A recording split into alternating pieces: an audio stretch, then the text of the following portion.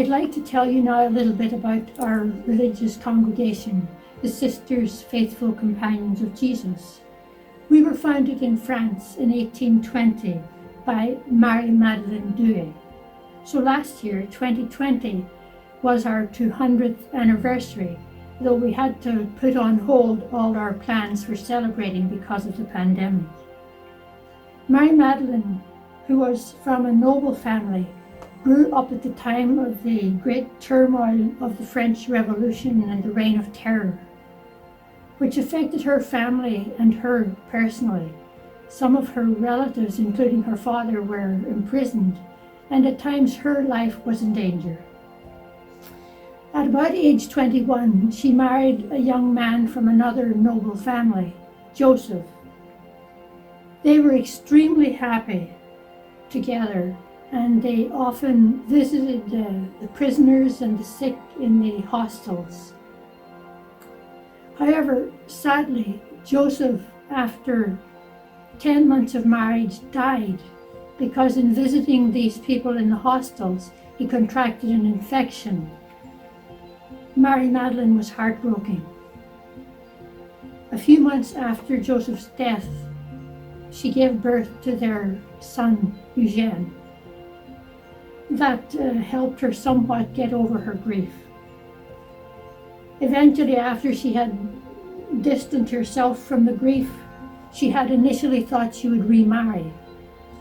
But gradually, through her contact with the Jesuits, who were her spiritual directors, she felt herself called by God to form a society of women who would take as their inspiration the holy women of the Gospel and Mary, who accompanied Jesus to and through his resurrection and were the first to meet him post-resurrection. The words of Jesus from the cross, "I am thirsty," had a profound impact on Marie-Madeleine, who understood them to express the great thirst of Jesus to bring God's love to all people. Marie-Madeleine was inspired by the rule of St. Ignatius, which she adapted appropriately to be lived by women.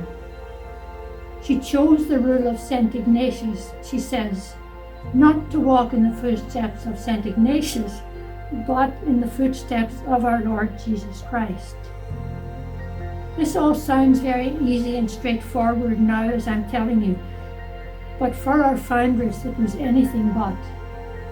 She experienced great struggle and at times strong opposition as she held to her conviction about what she felt God was asking of her.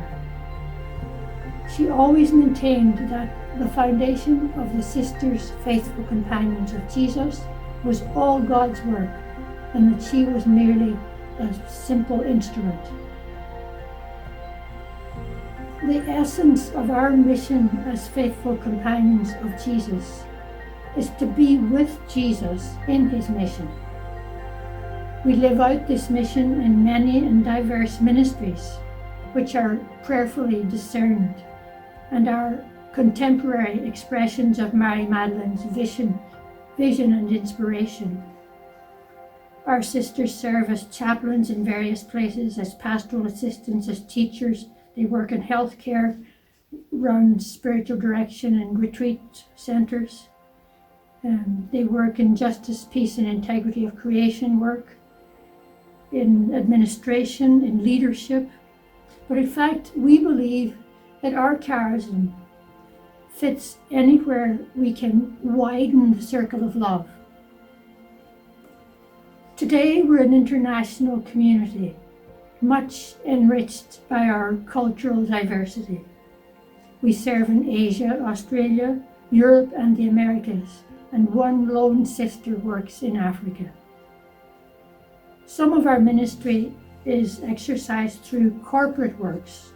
For example, here in Canada, we operate the FCJ Refugee Centre in Toronto and the FCJ Retreat and Conference Centre in Calgary. In 1993, we initiated Companions in Mission. This is for single or married lay men and women who are attracted by our charism and who share our spirituality in their own areas of influence. Both the sisters and companions in mission are inspired by Mary Magdalene, her vision and example of following Jesus. All of us endeavour to spread the charism or gift that Mary Magdalene's society offers to the Church. The "I thirst" of Christ, which so touched our foundress, reverberates down through history to this day, as does God's call to young women to come follow me. I'd like now to share with you something of my own vocation story. I grew up in an Irish Catholic family. I did not have any contact with nuns throughout my schooling, but at about age 12 or 13, I became aware of this attraction to becoming a nun. This desire persisted throughout the rest of my schooling and young adult life, but I kept trying to snuff it out. I was dating, even though my heart wasn't in that either. I became a nurse thinking that helping to ease the burdens and sufferings of people who were sick would satisfy this longing within me. Of course, it didn't. And later, an opportunity came for nursing in Canada. So I thought coming to a new country, beginning a new life, would fix me. However, God is a gentle but persistent God.